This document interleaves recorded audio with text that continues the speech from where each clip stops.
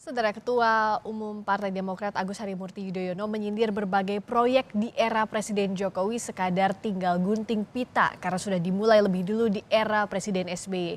AHY juga menyinggung program BLT yang pada era SBY banyak ditentang tapi kini ditiru setelah harga BBM dinaikkan. Sudah bergabung bersama Kompas Petang kali ini Wasekjen Partai Demokrat Bung Irwan dan juga politisi PDI Perjuangan Adian Apitupulu. Apa kabar Bung Irwan, Bung Adian? Sehat ya? Selamat sore. Baik.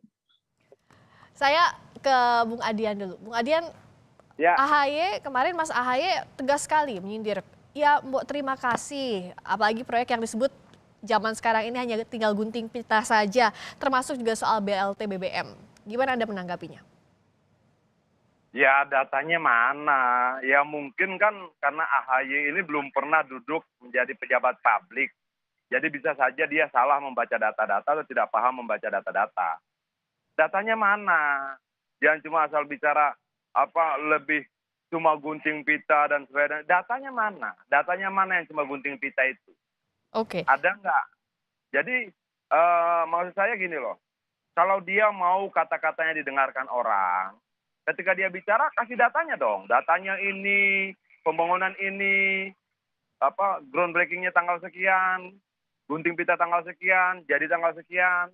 Ini dong, dipaparkan. Nah, karena minta datanya mana, mari kita paparkan di sini. Silakan, Bung Irfan.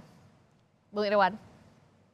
Ya, Bung Adian selalu minta data, padahal data itu di depan matanya gitu loh. Ini kan program gitu ya, MP3I ini kan jelas 10 tahun gitu ya. Bagaimana dibangun per tahunnya, direncanakan. Sekarang logikanya ada nggak rejim yang mampu 1 tahun dalam kekuasaannya langsung gunting pita. Kalau tidak ada rekam jejak dari pemimpin sebelumnya. Jadi kalau minta data, datanya banyak. Sejak 2011 saja sampai dengan 2014, 545 proyek dengan nilai 1.299 triliun dilakukan. Kalau buktinya, tol Bali, jembatan, semua itu terpampang nyata. Jadi kalau bicara data yang mana lagi? Kecuali memang itu mau disembunyikan gitu loh.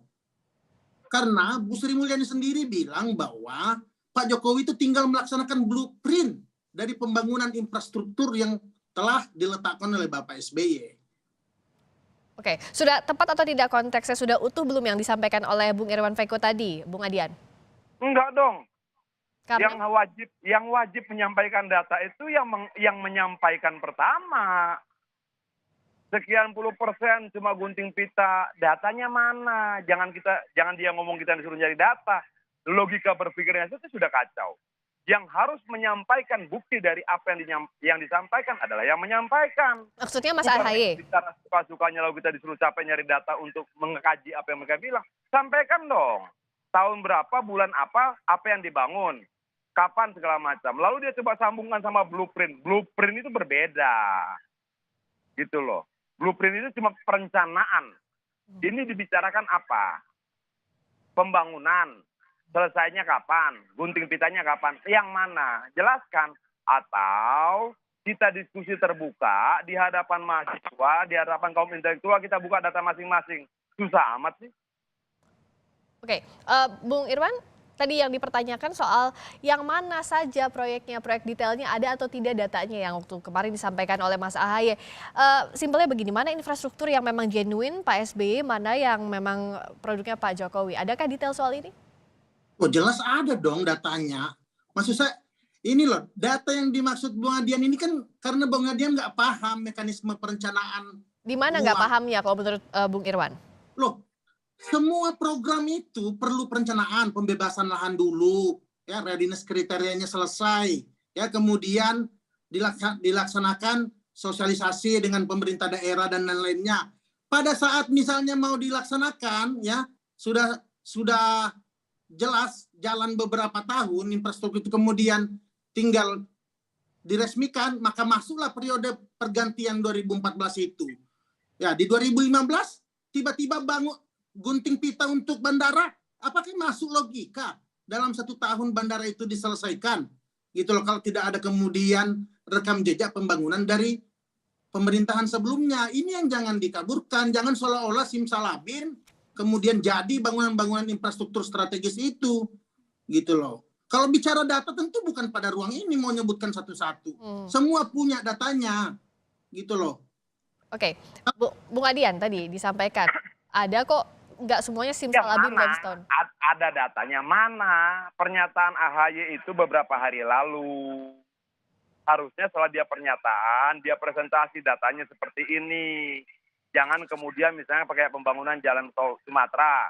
Oke, peraturan presidennya baru keluar bulan September 2014. Apakah itu yang dimaksud sebagai data mereka? Apakah peraturan presiden yang keluar bulan September 2014 itu kemudian diakui sebagai 70%, 80% proses pembangunan? Atau yang mana? Bahwa kemudian ada yang dimulai SBY dan diselesaikan Jokowi, beberapa betul. Tapi kalau diklaim 80%, 70%, aduh, ngerti nggak sih cara ngitung persentase? Coba, Jangan Irwan. cara ngitung persentasenya nggak ngerti. Justru Bung Adian itu selalu menghitungnya tuh absolut. Nggak pernah selalu bicara matematika rasio gitu. Jadi selalu yang salah adalah pemerintahan sebelumnya. Kalau mau bicara data, sudah saya sampaikan tadi, sejak tahun 2011 saja, nggak usah bicara 2004, 2009. Sejak 2011 sampai dengan 2014, ada 545 proyek yang bernilai 1.299 triliun. Iya, yang mana? dilaksanakan. Loh, dari Sumatera jelas ada. Masa mau disampaikan sekarang? Nanti saya sampaikan deh di ruangannya Bang Adian. Saya sampaikan datanya. Jangan di sini, jangan debat-debat yang begitulah membingungkan rakyat. Yang konkret saja. Gitu loh, bahwa justru sejak pemerintahan Pak SBY selama 10 tahun itu pertumbuhan ekonomi kemudian naik, pendapatan per kapita di masyarakat naik, rasio utang diturunkan dibanding sekarang. Coba bayangin, rasio utang kita naik 4.500 triliun. Utang kita jadi 7.163 triliun. Itu bukan data apa? Kemudian jumlah pengangguran jangan Pak SBY turun. Oke, bagaimana Bung Adian? Data apa? Jangan lompat dong. Kalau kita mau diskusi, kita harus setia pada objek yang didiskusikan. Oke, yang tadi dianggap enggak dong, kalau objek yang didiskusikan adalah perbandingan pembangunan infrastruktur, ya itu, jangan lompat. Nanti saya lompat lagi ke tempat lain bagaimana? Kalau kita bicara korek, ya korek. Kita bicara rokok, ya rokok. Kita bicara kursi, ya kursi. Jadi kalau Bung Adian melihatnya tadi data yang disampaikan oleh Bung Irwan ini mengalihkan dari soal rasio infrastruktur kah? Loh, karena mereka, kan lucu. Saya tanya data infrastruktur, yang dijawab data pinjaman luar negeri. Nanti saya bicara pinjaman luar negeri, yang dijawab data yang lain. Kalau nggak siap memaparkan data, sudahlah. Daripada mempermalukan diri sendiri. Oke, kalau yang soal BLT juga kemarin kan dibahas dan ini jadi ramai juga perbandingan BLT zamannya Pak SBY dengan sekarang pasca kenaikan BBM, Bung Adian. Apanya yang rame? Istilahnya. Ya. Lalu istilah itu mau diklaim SBY juga. Selain infrastruktur diklaim, istilah juga mau diklaim oleh SBY. Kita bicara BLT, kita bicara tunjangan sosial, kita bicara bantalan sosial. Tidak cuma BLT, ada KIP, ada PIP, ada PKH, ada 789 program bantalan sosial yang diberikan oleh Jokowi, yang satu kepala keluarga bisa terima sekitar 1,5 juta sampai 2,5 juta tergantung dari dia punya anak atau tidak, dia punya gaji minimum berapa dan sebagainya. Itu semua diperhitungkan. Apa gitu terjadi zaman SBY? Tidak ada. Sudahlah. Maksud saya begini, tadi dia bilang jangan berdebat. Ya siapa yang membuka ruang perdebatan? Yang membuka ruang perdebatan AHY kok. Saya mengerti AHY tidak pernah menduduki jabatan publik sedikit pun. Jadi kalau dia tidak mengerti bagaimana membaca anggaran, bagaimana membaca presentasi perkembangan infrastruktur dibangun, ya wajar saja. Justru sebenarnya teman-teman di Partai Demokrat jangan berikan informasi yang salah pada AHY. Bung Irwan. Kasian. Ya, itulah klaim-klaim sepihak selalu digunakan oleh kawan-kawan yang sekarang di pemerintahan. Dari mana gitu loh lompat debatnya? Tadi kita sampaikan, ya. Kemudian data-datanya juga sudah disampaikan. Kemudian diminta data yang lain. Itulah selalu debat itu seperti itu gitu, mengarahkan pemerintah pada logika-logika yang keliru. Kalau bicara BLT kita mengapresiasi kalau kemudian pemerintah meniru gitu. Ya, tetapi jangan lupa Bung Adian juga jangan melupakan sejarah bahwa Bung Adian juga bagian daripada yang kemudian mengolok-ngolok, bahkan mengatakan BLT itu menyogok rakyat gitu loh pada waktu itu. Jadi maksud saya Ya sudah, kalaupun ada memang baik dari pemerintahan sebelumnya, ya mbok ya terima kasih gitu loh Pak SBY. BLT-nya ternyata memang BLT ini adalah salah satu solusi yang kemudian menjaga daya beli masyarakat. Ngapain hari itu harus kemudian didemo, ya, kemudian dikatakan menyogok rakyat dengan BLT ini. Pak Jokowi pun tidak suka dengan program BLT ini. Jadi kalau kemudian kita mempertanyakan sekarang atau masyarakat mempertanyakan kok BLT dilakukan sekarang, ya wajar karena pernyataan-pernyataan itu masih ada. Coba aja dicari di internet. Masih ada. Bung Adian, masih ada Ya. sisa kesakit hatian masa lalu tampaknya saat dikritik. Bukan kesakit hatian, kita sekali lagi bicara angka begini loh. Kenaikan BBM di era Presiden SBY itu 254%. Oke, itu secara persentase kita bicara pertama ya. Oke. Kenaikan BBM di era Jokowi itu 54%. Selisihnya berapa? Selisihnya 200%. Oke, dari persentase lebih tinggi persentase kenaikan di zaman pemerintahan SBY. Oke, kita bicara sekarang kedua, dari sisi angka. Dari sisi angka total kenaikan pemerintahan SBY untuk BBM Rp4.190. Kalau di pemerintahan Jokowi naiknya cuma 3.500. Oke. Apa lagi? Ayo. Jadi kalau kemudian naiknya 254%, rakyat miskin, rakyat yang peduli pada negara ini, kemudian mengeluh, marah, kecewa, sakit, wajar. Wajar dong. Kenapa kenaikannya sampai 254%? Belum pernah ada kejadian di dunia ini kenaikan sebesar itu untuk BBM. Sementara daya beli masyarakat, patokan kita adalah upah minimum provinsi, upah minimum regional. Kita bisa bandingkan dong kemampuan upah minimum buruh membeli BBM per bulan berapa? Cuma 300 sekian liter. Sementara di zaman Presiden Jokowi sampai 450 liter per bulan walaupun BBM naik. Artinya daya beli buruh dengan alat ukur upah jelas berbeda. Bung Irwan, silakan dijawab. Terus lo mau bicara data apa? Soal persentase kenaikan, angka kenaikan juga tadi disampaikan. Itu saya bilang, matematikanya Bang Adian itu absolut yang anak-anak sekolah dasar pelajari itu.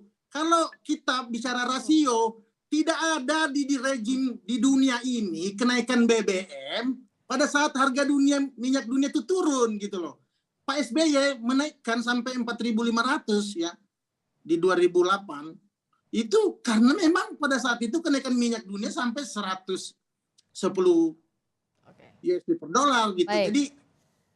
Jadi maksud saya, sudahlah sekarang masyarakat menderita ya, kehidupan mereka sengsara ya. Harga BBM ini kemudian menyebabkan inflasi, harga sembako, sektor logistik, transportasi semua naik.